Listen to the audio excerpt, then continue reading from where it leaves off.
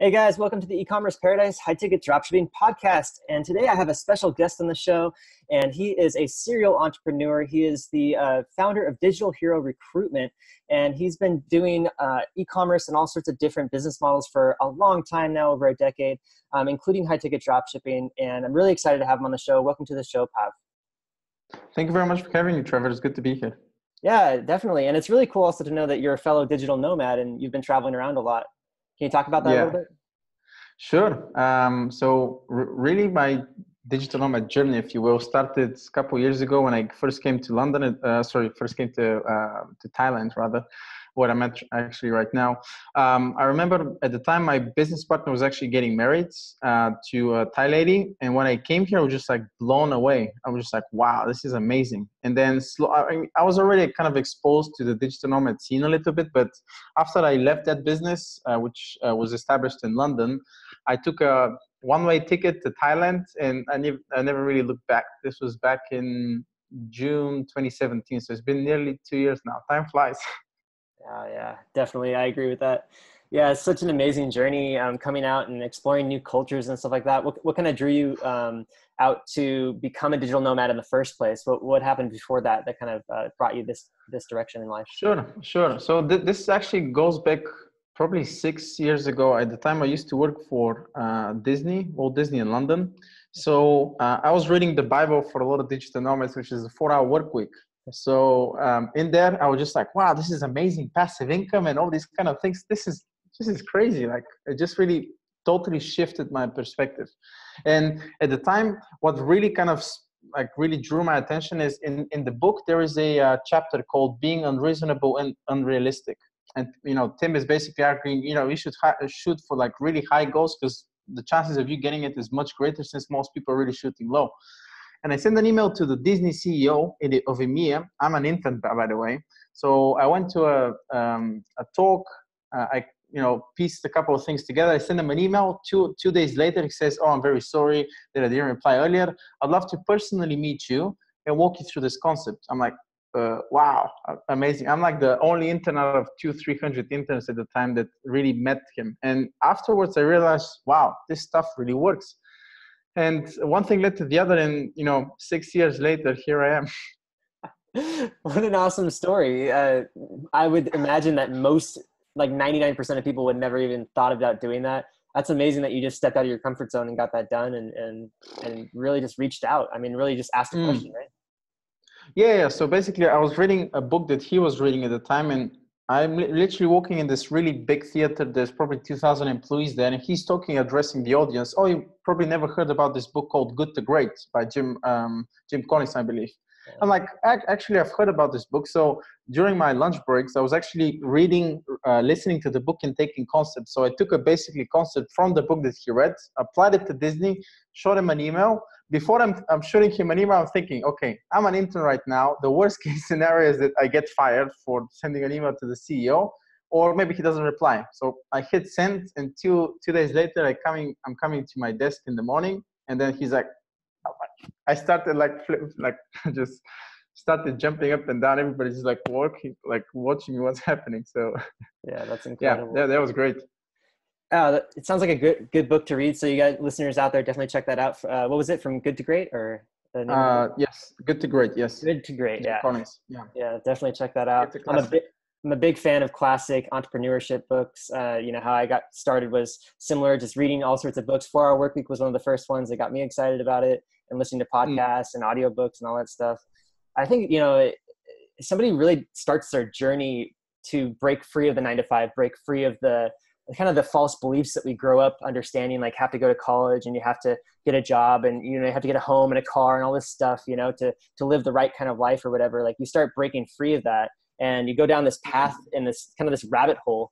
And it's just this amazing journey of like finding books, finding mentors, opening your mind, asking questions. And it's interesting for me to see that somebody in such a high point was actually very open to accepting you into kind of his inner circle in a way, to just sort of, talk about a project, because he could just see in you that your mind had expanded beyond like what normally people stick themselves into, which is like this little like jail cell of a belief where they have to like be an intern and work their way up to the system. You kind of just said, you know what, I believe in myself so much more than that. I'm going to skip past all that stupid stuff and just go straight to the source and start working on something amazing.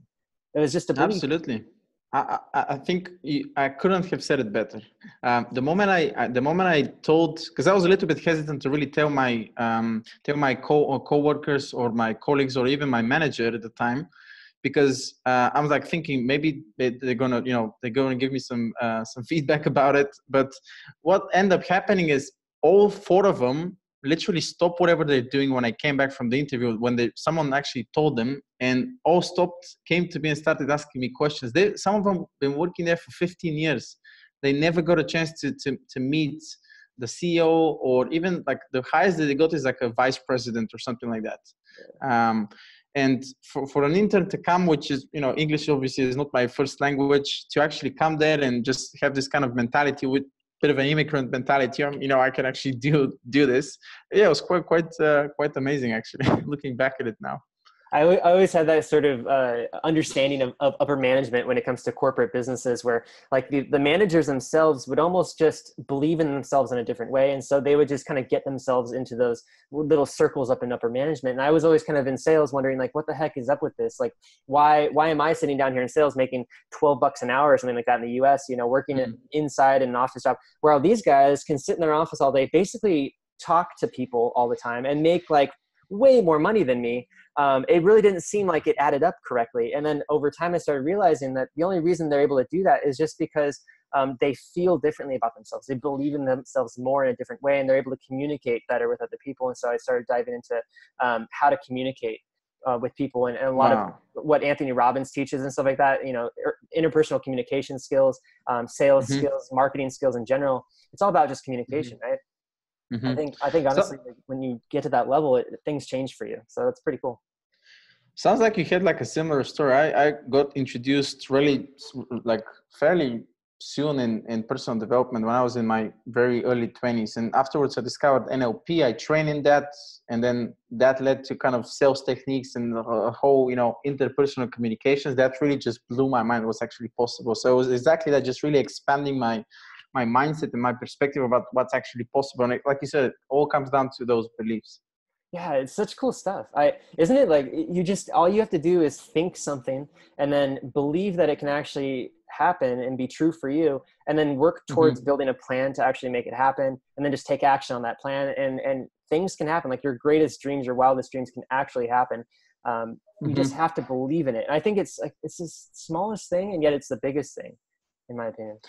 I think, yeah, absolutely. Sometimes, like, to me, when people tell me, oh, you should believe in yourself, I was like, yeah, like, and nothing was, it kind of comes through one ear and then goes through the other. I realized over time that if I had a little bit of experience under my belt, and afterwards someone tells me that it resonates a lot more because I have a reference experience to compare it with, oh, I should believe more in myself. And I think people really like to believe that there is like some big mysteries and some secrets that all the really successful people have. But I think all comes down to really this, starting with self-belief and what actually you're doing is a value. And you can actually make it.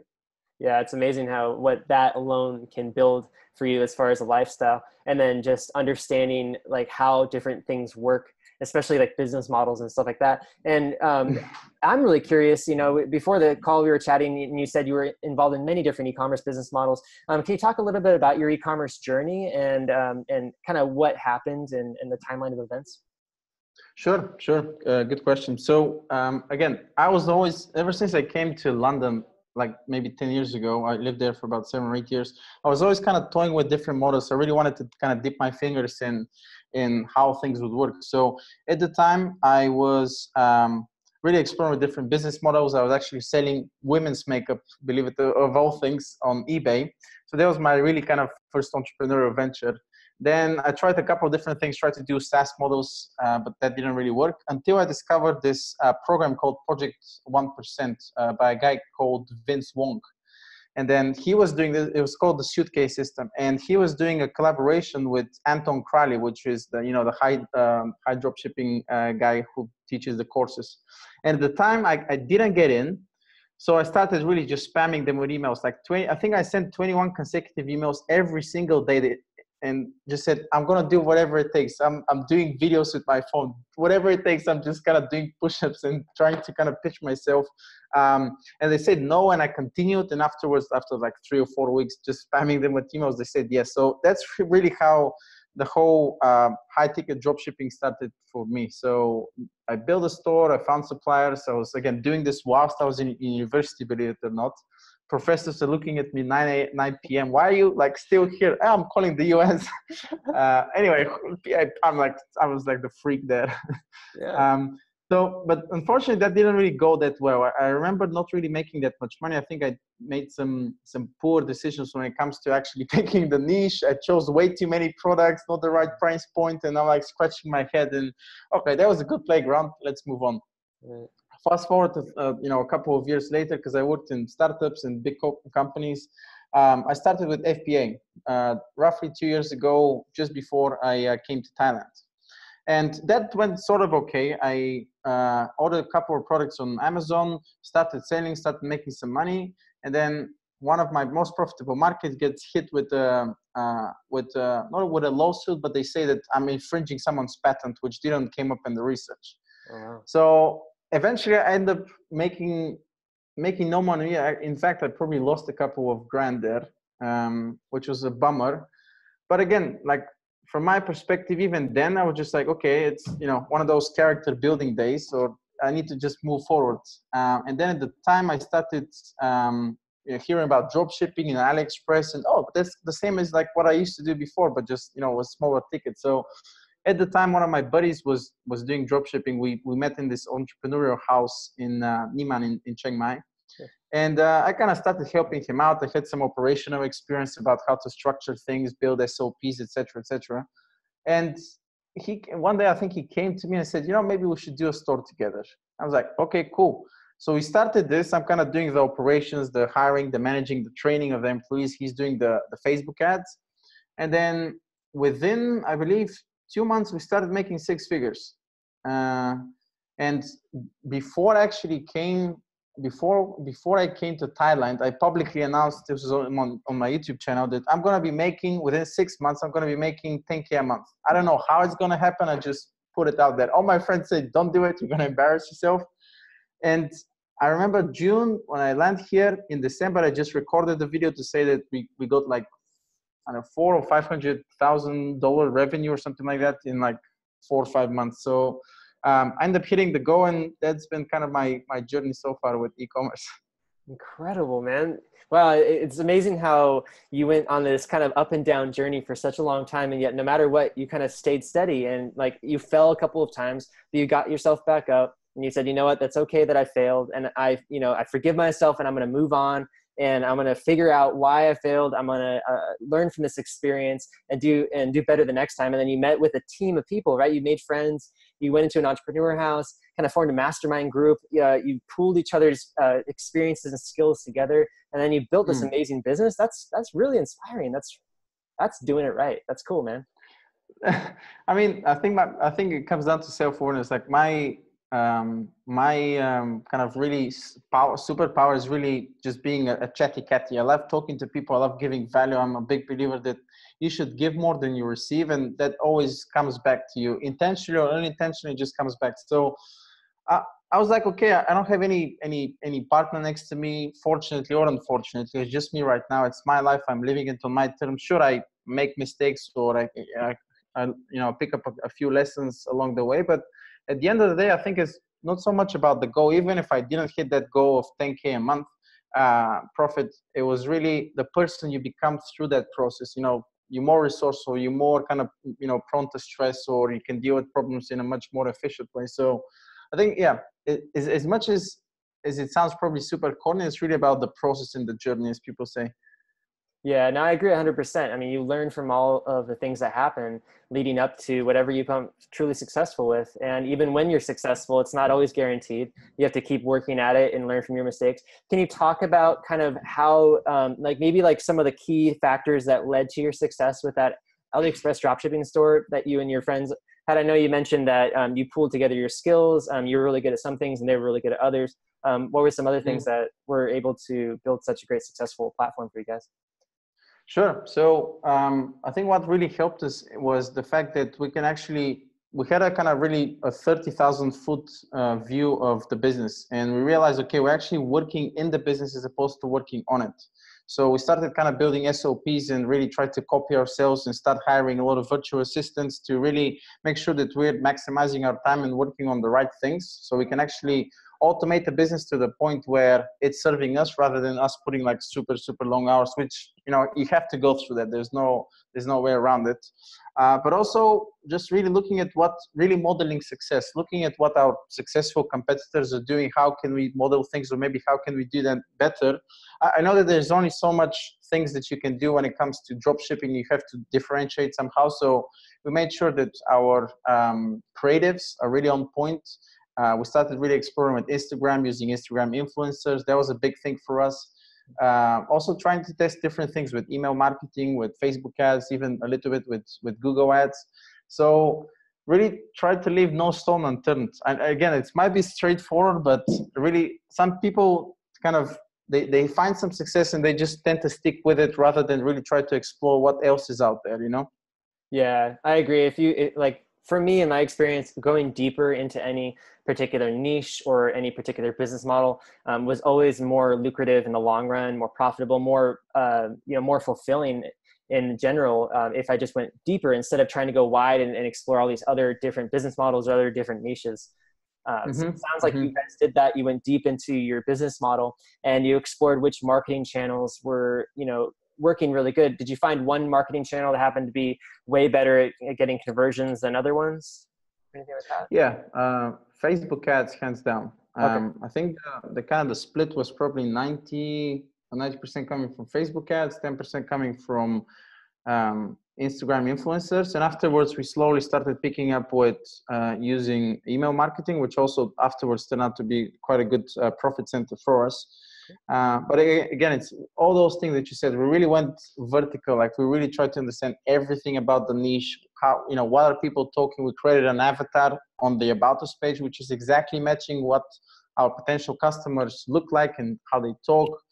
So I think all of those things had a knock-on effect, like really just setting 1% improvements every day. I think resulted in, what we were able to achieve at the time. Yeah, that's great. It's really good to know about these kinds of things. So you guys are out there listening, just understand if you're going to try AliExpress dropshipping, focus on the Facebook ads and make sure you have your email marketing in place and you have retargeting and stuff like that set up. But go deep into your niche, understand that industry and that market and the target customer, because if you understand their needs really good, then you'll be able to market to them better. Pat, thanks for those tips. And it's really cool how you've actually built Digital Hero Recruitment out of these experiences that you've had in the past. Can you talk a little bit about that? Because I know you were outsourcing everything. Maybe you ended up deciding with your team that it would be great to start a business to help other people do a similar thing. Sure. Great question. So it's actually me and a couple of two other business partners. All of us actually have quite a lot of experience, more than like 2 years in e-commerce, doing mostly AliExpress. I've done a little bit of high ticket drop shipping. So we did this for a while, and afterwards realized maybe there's actually a niche, or there is actually a potential need that we're addressing when it comes to really building your team. My experience as an entrepreneur over the last 6 years or something like that, maybe 6-7 years, has really been working with people is probably the most difficult bit. Being able to find the right talent, being able to train them, and afterwards kind of do the day-to-day management really was taking quite a long time. So we kind of joined together. We started, throwing some ideas, and we said, what, maybe we should do something like this. And I've heard that people had, reverted to services like these before and weren't really happy with the level of service that they were receiving. So we thought, okay, maybe we can do things way better. The fact that we have already a network of people who are doing e-commerce, they're very, very successful, prompted us to kind of really start pushing this. And also, again, that's what you were saying at the very beginning, that mastermind house filled with entrepreneurs, that's where I managed to build those relationships, and we've known each other for more than a year. And this is how everything really started, with this house, with those same people that were living there. A year, fast forward a year, we're already doing business together. Such a great story. And I love how you guys came together and built a business to help other entrepreneurs do what you're doing really well. And, you know, honestly, like, I agree, this stuff takes a lot of work, and it's kind of ridiculous to think about doing it all yourself. You have to focus on outsourcing this stuff. It's crazy, right? I mean, absolutely. I think as an entrepreneur, I can speak from my experience, but also when I did some coaching one-to-one with other people who are starting out, they really think, I think that it's like a very classical entrepreneurial trap that people fall into, and they think that they can do everything themselves to the best of their abilities. They're like the best the person to do a specific task, whether it's order fulfillment or replying to customer emails, and that's simply not the truth. At least that hasn't been my experience. So when I kind of started talking to people and say, maybe we should think about creating SOPs, create some videos of how the actual process should look like, since you're doing it anyway, you might as well start training other people who can actually fill in the time so you can focus on really revenue generating activities rather than just doing very repetitive tasks. I agree. And what this kind of reminds me of is a book I was reading the other day. It's actually a bunch of excerpts from Russell Brunson's podcast called the Marketing Secrets Black Book, I believe, or something like that. And one of the sections was hiring A players instead of B players. And he's talking about how much better it is in the long run, especially to hire A players for your business. Even just one A player will do the work of, he said, 5 or 10 or more B players, just because of how much better they understand what the task is at hand that needs to be done, and how much better they are at task management, project management, communication, all that stuff. What's been your experience with outsourcing, finding A players versus working with B players and trying to manage them? Good question. So I started, I think, really working with VAs 7 or 8 years ago, believe it or not, when very, like, I had no idea. I've never had any management experience. And really, it took me quite a lot of years to actually realize what most people are actually getting wrong about the hiring process. Most people think it's a hiring process, and I tend to look at it as more of an elimination process. Because you're going to have an influx usually of people if you have the right job description written down to the point where it's really appealing and people are actually drawn to it. And afterwards, you really have to put a lot of filters to be able to really find those A players rather than getting B or C players.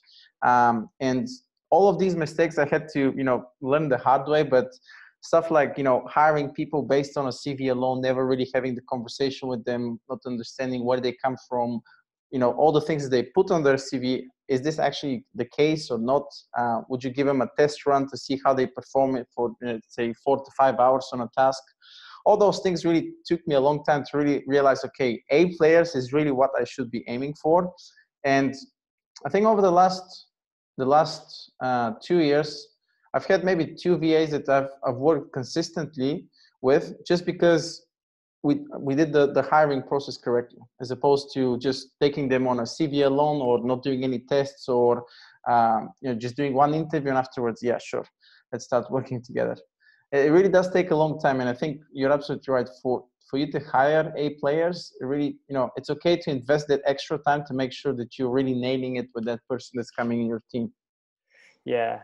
Couldn't agree more. I think the whole process of hiring can be daunting, though, and a lot of business owners, especially new ones that are just getting into outsourcing, they know they want it, but they just aren't. They either aren't ready for it, or they don't really want to put in the work to go and spend all the time to put up the job listing, try to figure out how to make a good one, and then actually interview all of them and filter through them all and spend all that time. And maybe, they have some bad hiring experiences or something like that. It can be really painful sort of emotionally to have to deal with going through all these different relationships, kind of, because every hire is kind of like a relationship. How have you dealt with that and like overcome those kind of emotional barriers or whatever to hiring people and managing them and stuff like that? I think for me personally, it was really just experience, really learning. Like, I remember the first 3 months, I probably hired and fired close to 10 VAs for really, really simply, very like super simple tasks. Simply because they weren't trustworthy. Again, I take a lot of the responsibility. It's not really them, it's really me not actually providing the right filters, the right job descriptions, the right expectations, and the right training for them. So I think when it comes to most people from my experience are really kind of shying away from this. Maybe they're great marketers, but their people skills are a little bit not quite there yet. So I think that tends to usually affect the actual candidate. So really, I think have a lot of patience with these things. Like you have to understand the people, you have to make them comfortable. I think your job as an entrepreneur is really provide this certainty, or at least the illusion of certainty of that you're actually getting into a new business. And if I was interviewing someone, how would I like to feel so I can actually start working for this business? So really having a little bit of empathy, being able to see, being in their shoes and being able to see how what's their experience like. So understand where the other person is coming from, what it is that they need, and how you can create a win-win. That's awesome, man. Great insights there.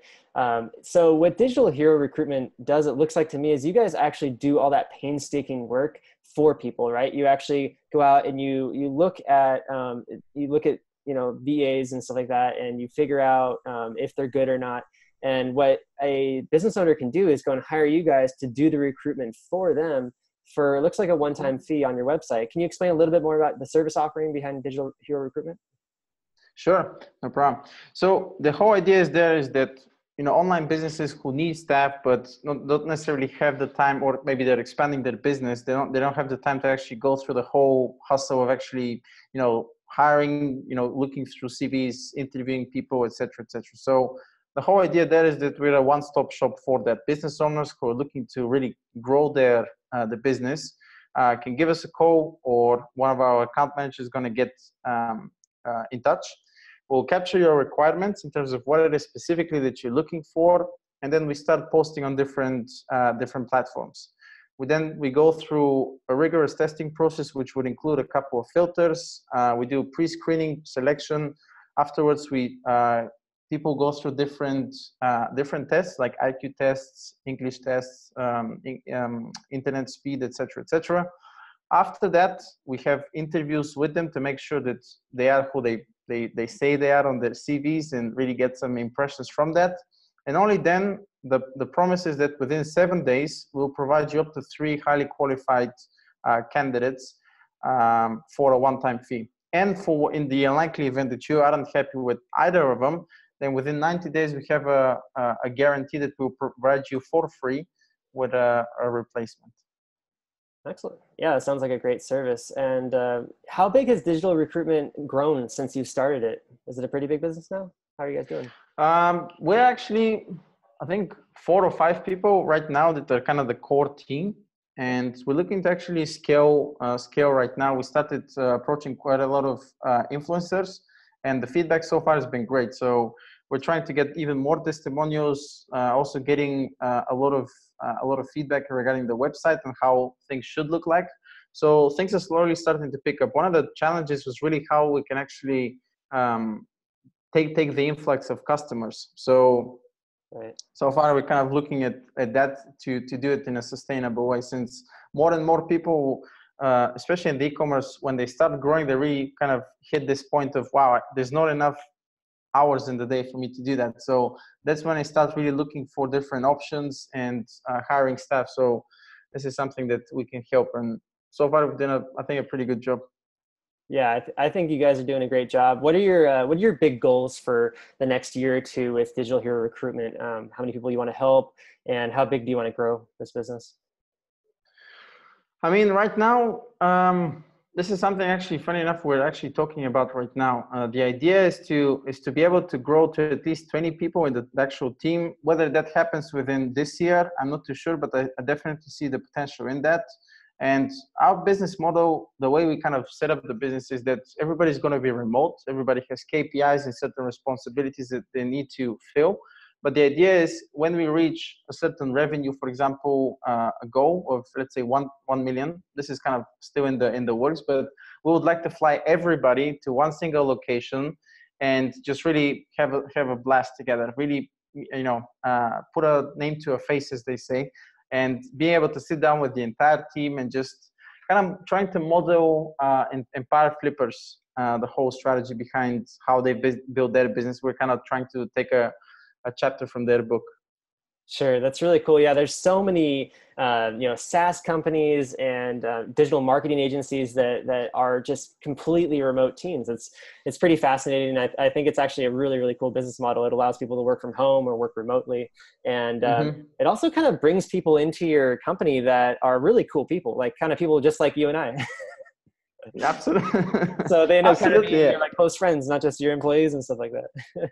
I mean, that's the whole idea. One of the things that I ask people when I interview them for the first time, whether it's for my team or for my other businesses, I really ask, okay, if money wasn't a problem, what would you be doing exactly? And really try to align their hobbies or their passions, how the business can help that. I'm generally believing that a lot of people are saying, that's waste of time, but I think it's something worth investing in the long term, because ultimately, if you're not there, you want people who are going to be fighting the battle. So I think it really goes beyond the just employer-employee relationship. It's really trying to genuinely build friendships there.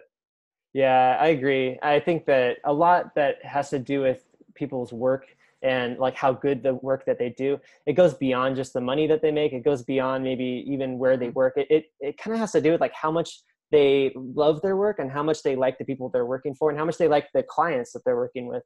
And friendship goes a long way, and just mutual respect, understanding, and mutual likeness, like hobbies and things like that, things you can talk about, hang out and discuss. And I think it's a great idea. You guys are going to do some sort of retreat. That's definitely something that, big companies do and smaller companies should do too. I think what a great way to really bring everybody together and to enjoy what you do. I think so too. I think some when I try to speak with people, it's either one of two reactions. 50% of the people like super inspired. Wow, this like really thinks, oh, this is actually, I'm running a company. It's not just a Mickey Mouse operation, if you will. And some people like, why would you invest money to actually fly people to one location? And it's going to be would it be cost effective?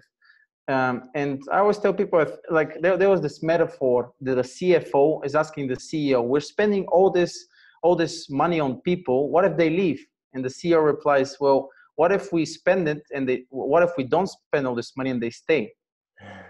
So it's like one of those things, like you have to invest in people. It's one of those things that you really want to be able to provide an environment for people that they wake up and they're just really inspired to go there. I know I'm not trying to get like super, happy, clappy motivational, but I genuinely believe in that, especially if you're trying to do something for the long term. I think it goes a long way to have employees who are happy and fulfilled with what they're doing. Yeah, I couldn't agree more. And, I think it also depends on the culture a little bit, because I deal with a lot of Filipino VAs and Indian VAs and stuff like that. Whereas when you outsource to A players, a lot of times you're dealing with actual people in the States, you're dealing with Australians, you're dealing with people in Europe, Canada, things like that. So what kind of, issues maybe have you dealt with outsourcing to different cultures, maybe lessons that you've learned and ways that you've overcome that kind of stuff? Sure. So generally, I've had similar experience to you. I think native speakers are preferably, again, depends on really what type of position. If it's more of a managerial position, we tend to go for either Eastern Europeans or people who have really, or it's their native language and or they had some experience. Generally, I found, and I'm overgeneralizing here, that's not always the case, but I found that Filipinos tend to be working really well for like very entry positions, starting out. Their work ethic seems to be really, really nice. The only thing is that I found, at least from my experience, is that sometimes they're not so reliable. Sometimes something happens with the internet, or just all of a sudden everything is fine. The next day they're gone, and afterwards they came back after 2 weeks without no explanation whatsoever, just like nothing happened. And it's really important to really set the right expectations from the very beginning. Say, look, we're actually running an actual business here. We try to really paint the picture of what's the long-term vision, what's in it for them as part of this, to really kind of draw them in, rather than, oh yeah, this is just another, side gig that I'm doing here that tomorrow I can leave if someone's paying me an extra $1 more. And yeah, I've had different experiences with Indian and Bangladeshi VAs. Sometimes there is a bit of a language barrier, which again, I wouldn't necessarily not choose them just because of that, but also the cultural differences sometimes are quite striking, and you wouldn't necessarily get that from their CV, but when you start having an interview and a conversation, even afterwards, what we do is we give them a bit of a test run to maybe work for 3-4 hours. Then you kind of realize, oh, okay, maybe the expectations aren't where reality is, you know? Right. And yeah, I think that's been kind of the most striking things. People just disappearing for no reason afterwards, coming back after a week or something. You're just like, what the hell happened there? Yeah, you're smiling. I take it maybe you had similar experiences. Oh yeah, 100%. No, I think honestly, you just need patience when you're working with Filipino VAs. And similar thing with Indian VAs. Any other culture, like there's just language barriers and there's cultural barriers, and there, you know, and you have to just clear communication, like you said, like up front, just let them know, hey, this is what our vision is. This is what our goals are for you. We want you to have similar goals. And as long as that's established in the first place, and then, you know, you manage them properly. And of course, like you said in the very beginning, you had to fire a bunch of them. Like you just have to learn, like if this person just isn't a good fit right off the bat, like within the first few weeks, they're just dropping out or they're not showing up for work. Like you just have to let them go and find new people.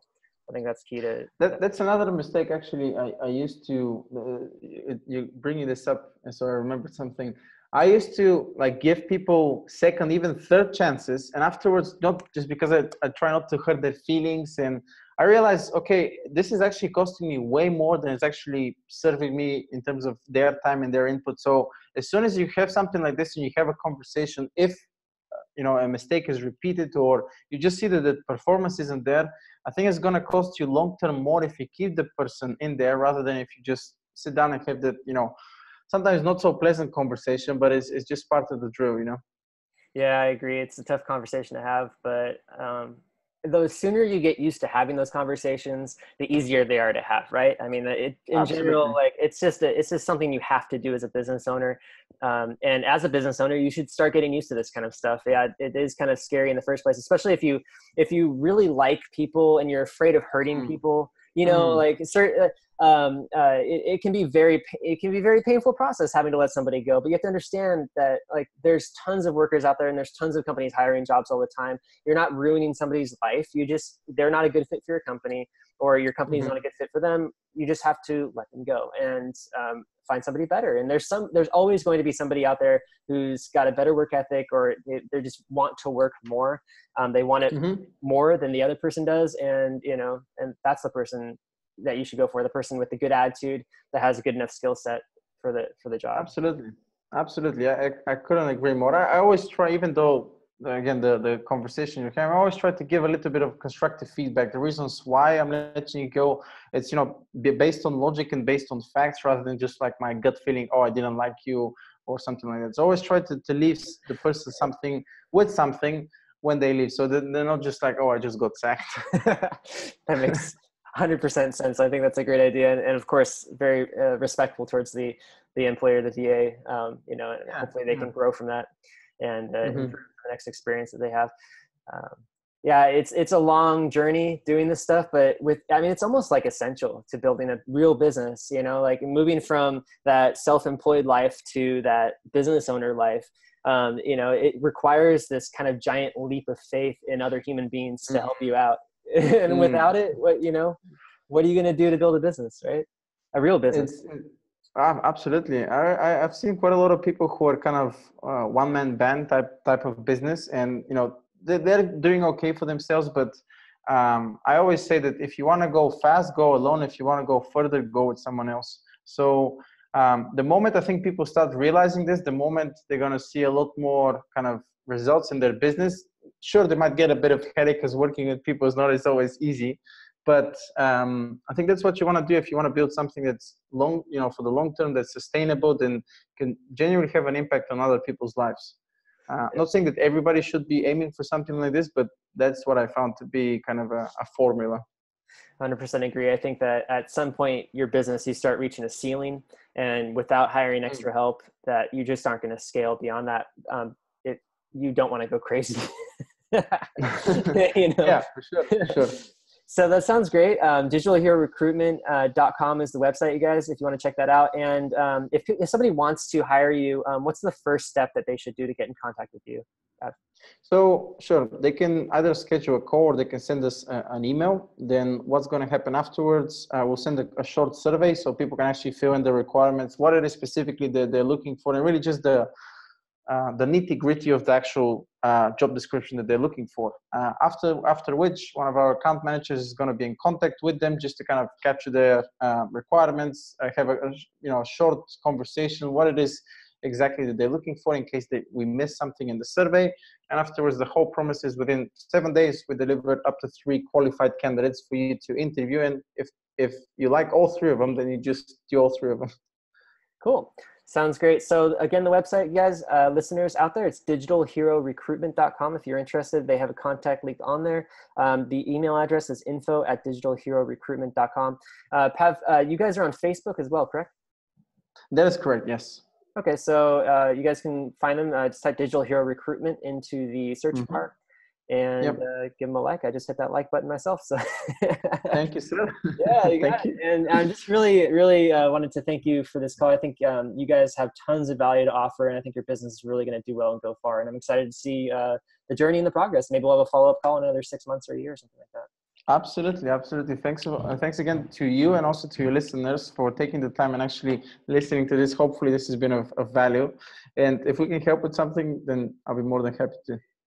Sounds great. Thanks a lot for being on, Pav, and talk to you next time. Thank you, sir.